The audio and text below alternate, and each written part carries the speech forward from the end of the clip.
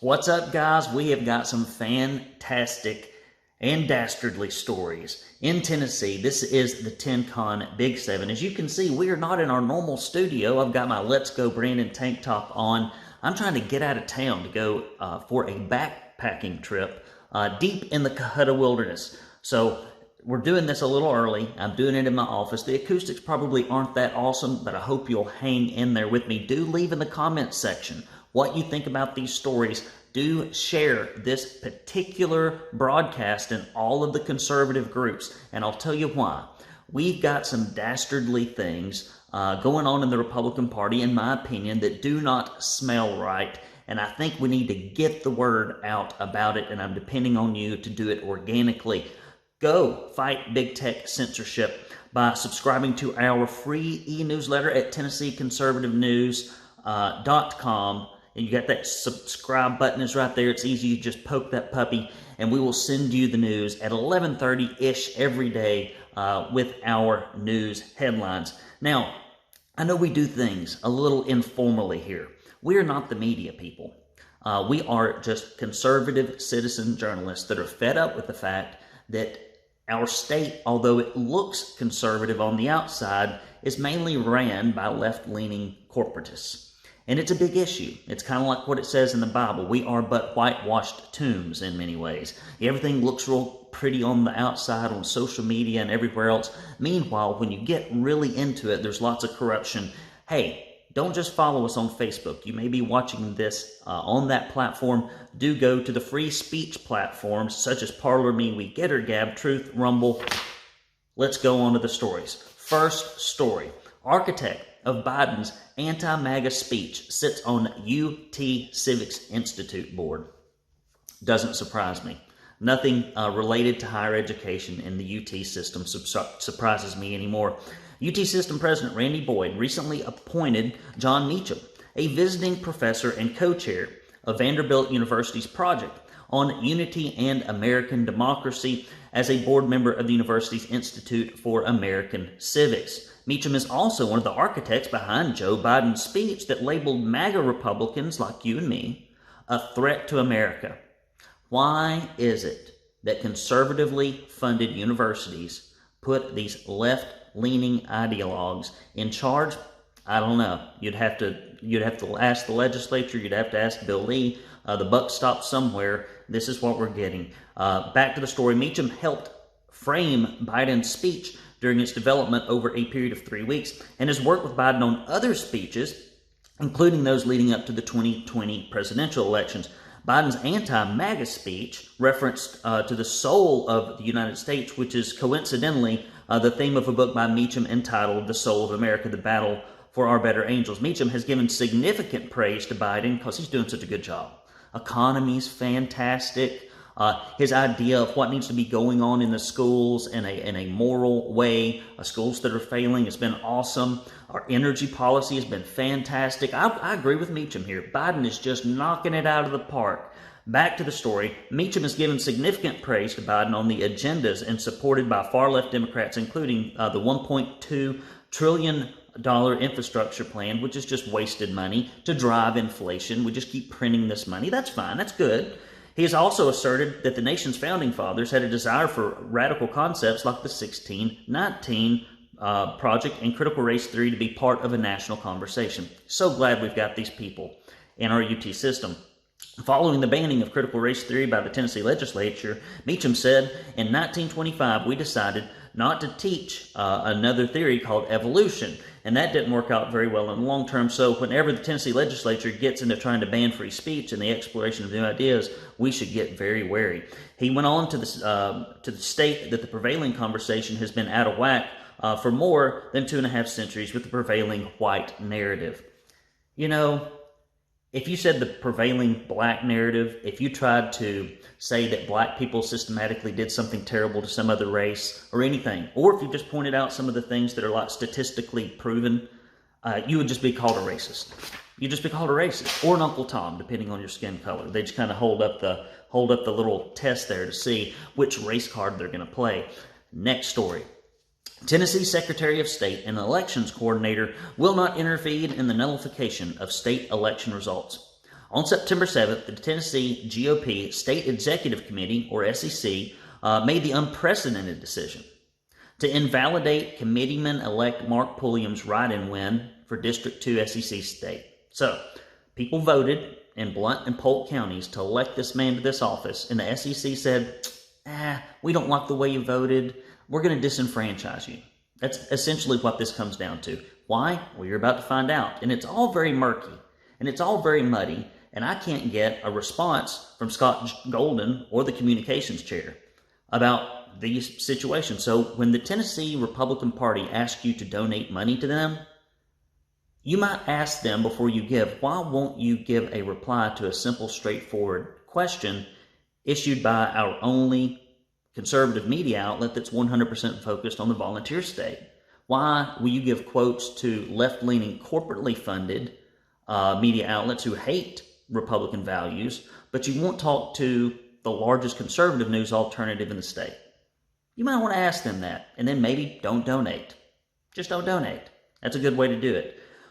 This is it. In a 25-13 vote in favor of invalidating the election, the SEC focused on Pulliam not paying a $100 fee by the due date, ignoring the fact that the GOP's political director had previously told him it was not required for his write-in candidacy. And I sat in on this meeting. I've said this previously. It was ugly. It was nasty. It reminded me of what happens when you give somebody an orange vest and a little bit of authority. Their worst inclinations are on display. Because you get a little power when you don't have much in life, and you just try to force it on people. It's really unfortunate. Pulliam stated that the TRP, Tennessee Republican Party, now appears to deny that the communication took place on July 15th, 2022. I notified the TRP's political director, Tyler Burns, by telephone regarding my write-in candidacy. No objection was made and no action was taken until after the election. This is ridiculous. After the election. When I received the email from the TRP, Chairman Scott Golden, dated August 22, 2022, citing various issues. Now, a couple of people I talked to on the SEC said, well, he should have documented it in an email. He should have had to cover his butt, blah, blah, blah. We're in a litigious society, etc. To me, if you call the Tennessee Republican Party and you get an answer over the phone, you should count on it being true. If we can't verbally communicate and tell the truth and stand by it and serve people who are trying to run for office and be clear and transparent and above board, like, what are we doing? You shouldn't have to do that, in my opinion. Back to the story. Following the decision by the SEC to nullify the election results, Pulliam reached out to the office of the Tennessee Secretary of State, Trey Hargett, along with the Tennessee Election Coordinator, Mark Goins, for their immediate consideration and action on the issue that calls into question the integrity of the elections in volunteer state. However, Goins replied that neither he nor the Secretary of State will intervene, calling the matter an internal intra-party dispute. The takeaway from this communication is basically that a lawsuit has to be filed for Mr. Goins to receive, in my opinion, his due as the elected SEC committeeman. Now, a couple other points. There's been so much confusion and mishandling of the bona fide process by the Tennessee Republican Party. I sent an email to Scott Golden, which I never expect to get back. That's fine. That's how he does it. You know, they like to keep things hidden and then do things in the dark and then hope that people don't see it. And said, basically, y'all are stepping all over yourself and getting a real bad reputation among conservatives in the state for doing things that are a little underhanded because of the way you do it. Why don't you just put together a very simple one-pager that tells people specifically and only what they have to do to be qualified and by when, with a little tutorial video, and maybe a form that people could fill out way in advance of when they need to so that they can get some kind of approval or disapproval. So that we don't have all this ugly-looking stuff. And we're not invalidating elections. The other thing that I think is very interesting, in the footnotes of the TRP bylaws, it says this, and you tell me how you read this. The SEC committee read it a different way. You have a brain, you tell me how this is read. And this is talking about a footnote regarding the subsequent primaries that have to be voted in. In this footnote, and this is from Article 3, Section 1A of the TRP bylaws, it says, pursuant to the minutes from the December 3rd, 2011 SEC meeting, the phrase referencing the last 3 Republican primaries in his county of residence was approved with the understanding, listen to this, that it would not require one to have voted in 3 primaries in the same residence. This allows for an individual to have moved from county to county and state to state. It's in the footnotes. And I reached out to Scott Golden about this, never got a reply. I reached out to the communications director, a communications director that will not reply to a conservative news outlet. Very strange for a Republican organization, in my opinion. And couldn't get a reply. I did get a reply from an SEC member, and it was, well, I'm going to try to make a motion to clarify the language. I don't think the language needs to be clarified. It seems like the language is very clear in the bylaws when Mr. Pulliam ran, and probably a lot of other folks, but maybe it was ignored. Maybe it was ignored. Maybe the bylaws are used by the letter when it's convenient and when there's no animosity. There's a burr under a lot of people's saddle because Mr. Pulliam, like a lot of conservatives, have been critical of Republicans, and they act like if you're critical of Republicans, it disqualifies you from running. I would like to see a state party that stood on principle and platform and not personality. That's just my opinion. Next story. Before I move on, this is hilarious. I talk to some people sometimes, like Todd Gardenhire, and they always like to discredit our news publication. I guess because we're not a left-leaning, corporately funded news publication. Because we do it, we're just regular people that have jobs, that see that things aren't as they appear, and we're trying to shine a light on it. I don't take a paycheck doing this. And they said, well, I don't know that you're reporting in your little blog. Yeah, little blog. We reach more conservatives than anybody else in the state, and we grow all the time. Share this in the conservative groups. Get this message out there. Help us find more subscribers. If we had more conservatives on our e-newsletter, if we had more conservatives that listen to this podcast, watch these videos, they would not go to the polls and continue to vote for folks that say one thing and do another. We need new party leadership, up and down the line. That's the only conclusion that I can draw after covering this since October of 2020. We need new leadership. All right, far left cancel culture attempts to deny conservative students opportunity to learn more about American values. Turning Point USA Made in America tour was scheduled to make a stop in Nolensville High School prior to backlash from the far left calling for cancellation. It's a good old American foundational principle.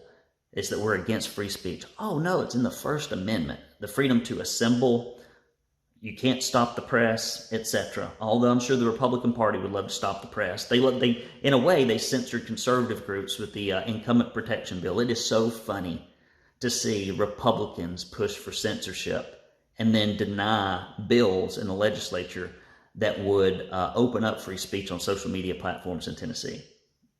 This is where we are. I don't know if we're switching places with the Democrats on free speech in many ways. Back to the story.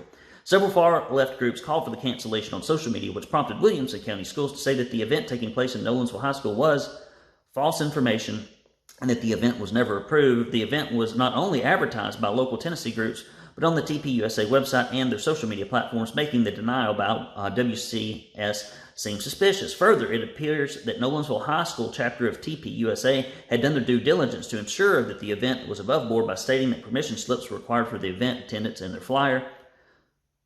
A Tennessee conservative subscriber tells us the left has gone insane and the poor kids who run the TPUSA chapter and NHS are in the crossfire. My family and friends are getting harassed at school for being a part of this organization. It's terrible. WCS board district spokesperson Carol Birdsong said that the decision to not approve the event was made at the administrative level, stating that the school leadership was following school board policy and says that only nonpartisan political events are allowed. I'm sure there are no partisan teaching in WCS. I'm sure they don't push any left-leaning ideologies. I'm sure they won't slip that. I'm sure it's not in their curriculum either. Moms for Liberty is exposed that it is, and it continues to be. We have received confirmation that the event is still on. It will not be held at NHS. TPUSA's coordinator of the event will tell us it is now being held at Franklin Cool Springs, Hilton Franklin Cool Springs in Franklin on December 21st. A link to purchase tickets is available in the article on our website. I'm sure. Get your kids out of these awful, awful, failing public schools as quickly as you can, and then push in the next legislative session for school choice. These people are tyrants. And we need to quit sending our kids to Rome for their education and then wonder when they come back, as Vodi Bakum says, worshiping Caesar. I'm paraphrasing. They come back Roman when you send them to Caesar for their education. I'm sorry, it's gone. All right, guys, listen. You ain't going to get this news anywhere else. Go look for it. Go look for it. Somebody that gives you the straight news. from a conservative perspective, without kowtowing for the money that would come from corporate media. Well, guess what? Because we don't kowtow to corporate media, we have to depend on you to support us. And we've only got about 4% of our subscribers. I think we're pushing that 4% mark right now that actually support our publication. And if you're listening to this, chances are you're in that 96% that doesn't, at least a few of you. Please, please, please, if you want to see our publication continue, if you want conservative news, we've only got 2 media outlets in this state that cover conservative news, and we're the only one that covers it extensively in Tennessee, the only one, and we're only focused on Tennessee exclusively. So if we go away and you wonder, oh, what happened? And it would be because you sat on your wallet or your purse and you didn't give. So go to TennesseeConservativeNews.com/support. And when you give, I don't have my props here. We will send you 2 bumper stickers. One of them says, just close your eyes and visualize it. Not if you're driving, but close your eyes and visualize it. One of them says, Proud Tennessee Conservative. The other one says, Don't California My Tennessee. And if you give $50 or more, or a recurring donation of $10 or more, we will send you this Proud Tennessee Conservative tumbler. Now, we've got this presently in invisibility mode. There's liquid in there. If you listen, you can kind of hear it sloshing around. But it is beautiful. It is spectacular. Very sturdy. And it does have invisible mode if you press the right button and say the incantation on the bottom. Sometimes it makes it easy to misplace, though. So don't leave your Tennessee Conservative mug in invisible mode, because indeed you will lose it. And you may trip over it later, and then the contents will spill all over the place. TennesseeConservativeNews.com/support. Do go there and give. Next story. Tucker Carlson slams Governor Lee for being soft on crime.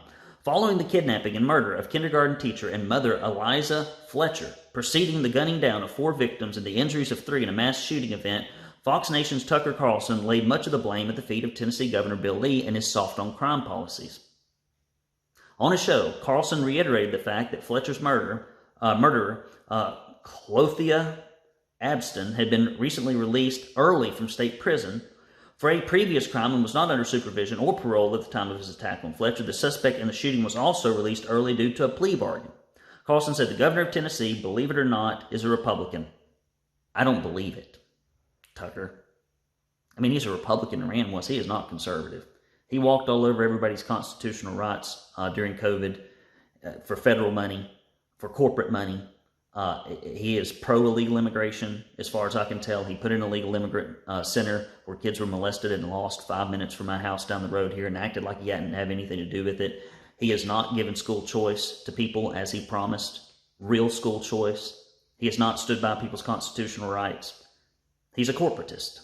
He's not a conservative Republican as most people think. He is a corporatist. Back to the story.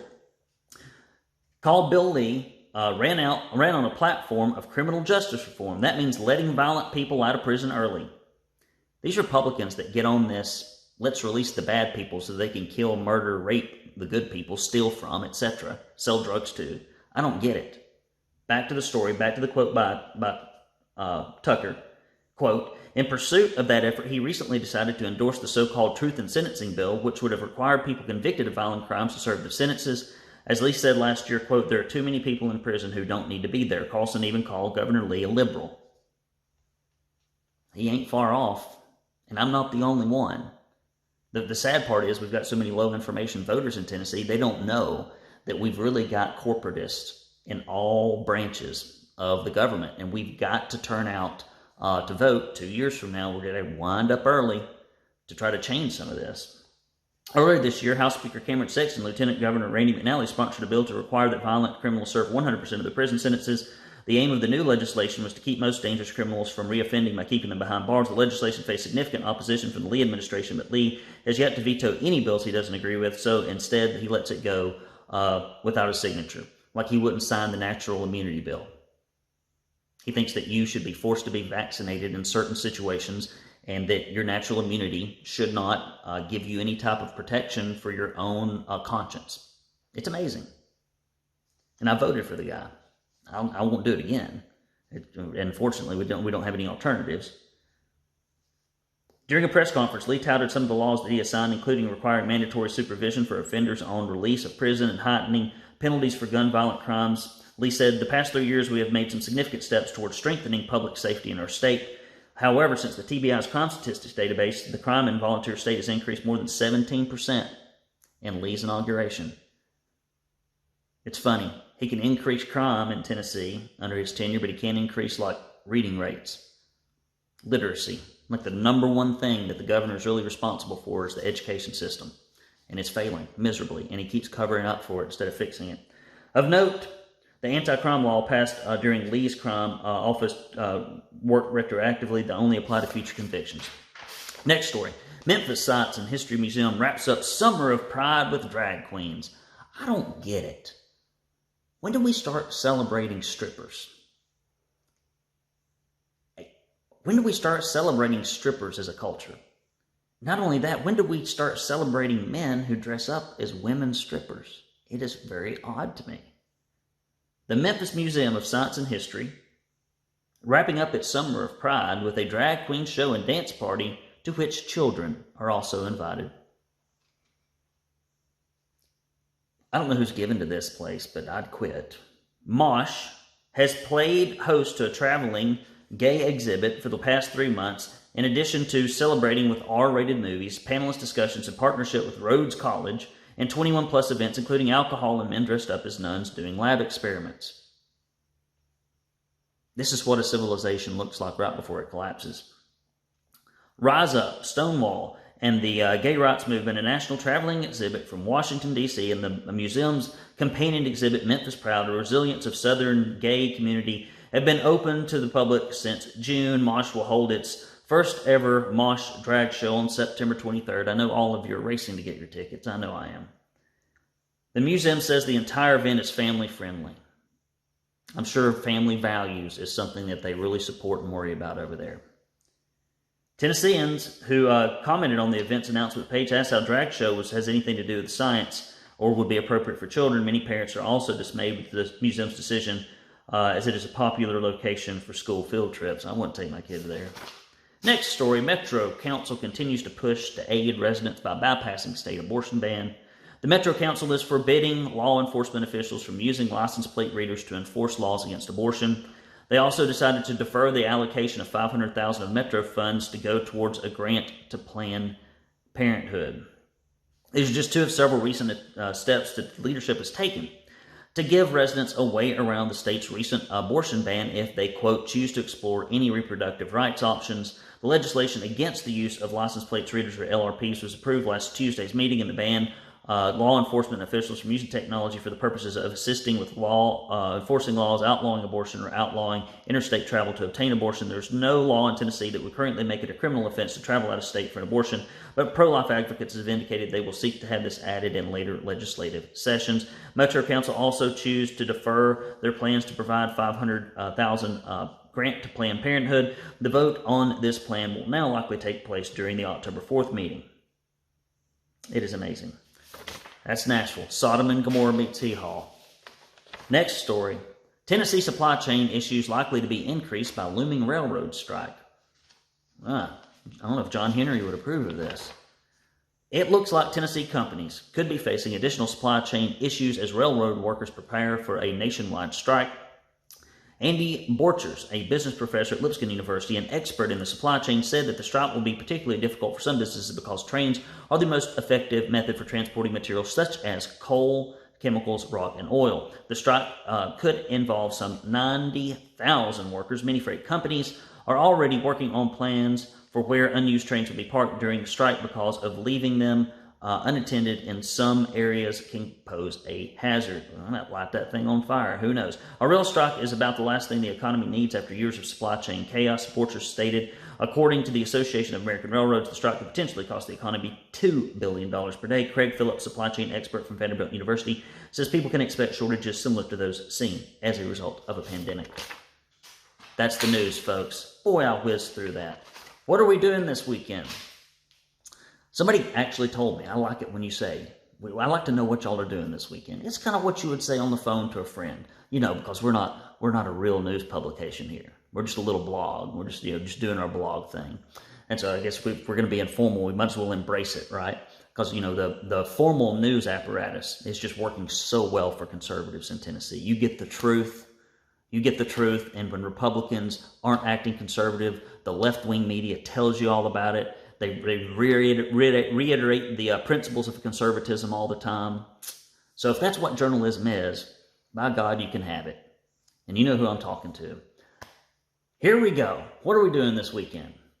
So I am going to pack up a backpack and pretend like I am homeless. The only difference being, unlike those in our metro area here in Chattanooga, I will clean up after myself, and I will be self-reliant, and I will go do it where you should do it, out in the woods, instead of like on private property or where people are trying to live their lives.